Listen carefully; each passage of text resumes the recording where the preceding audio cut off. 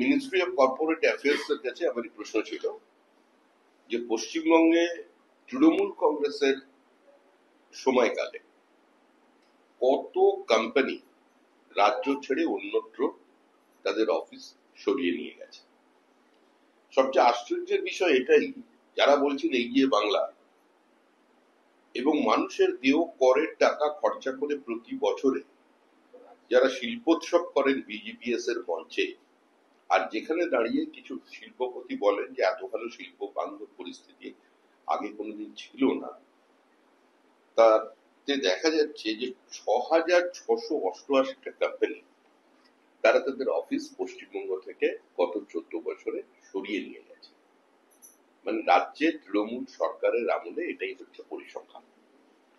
আর যেটা অ্যালার্মিং সেটা হচ্ছে ছত্তিশগড়ের মতো রাজ্যে সেখানে 511টা কোম্পানি চলে গেছে। দিল্লিতে 1277টা কোম্পানি চলে গেছে, যার মধ্যে 20টা কোম্পানি লিস্টেড কোম্পানি। হরিয়ানায় 164টা কোম্পানি চলে গেছে, আরো গেছে সঙ্গে 3টে লিস্টেড কোম্পানি। যারা বলছেন যে বাংলাকে গুজরাট হতে দেব না, সেখানে 423টা কোম্পানি চলে গেছে, যার মধ্যে 14টা কোম্পানি লিস্টেড কোম্পানি। তো এভাবে দেখা যাচ্ছে পরিসংখ্যানগত 110টা আমাদের লিস্টেড কোম্পানি তারা তাদের অফিস পশ্চিমবঙ্গ থেকে তুলে নিয়ে যাচ্ছে। এরপরে যিনি বলছেন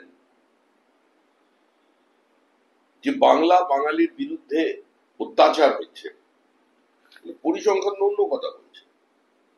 আজকে তৃণমূল কংগ্রেসের রাজত্বকালে তারা বাঙালিদের পশ্চিমবঙ্গ থেকে তাড়িয়ে দিচ্ছে।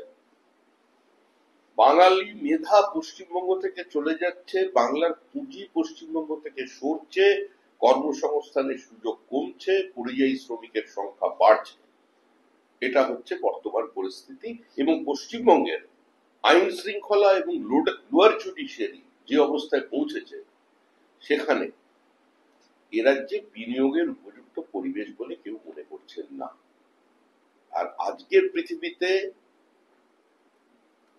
বড় শিল্প ছাড়া, একটি সুস্থ বাণিজ্যিক পরিবেশ তৈরি ছাড়া, প্রতিযোগিতার আবহ ছাড়া কোথাও কোনো বিনিয়োগ হয় না। আজকে এটাই হচ্ছে এই রাজ্যের কঙ্কালসার চিত্র। ত্রিপুরার মতো রাজ্যে পর্যন্ত 3টে কোম্পানি চলে গেছে।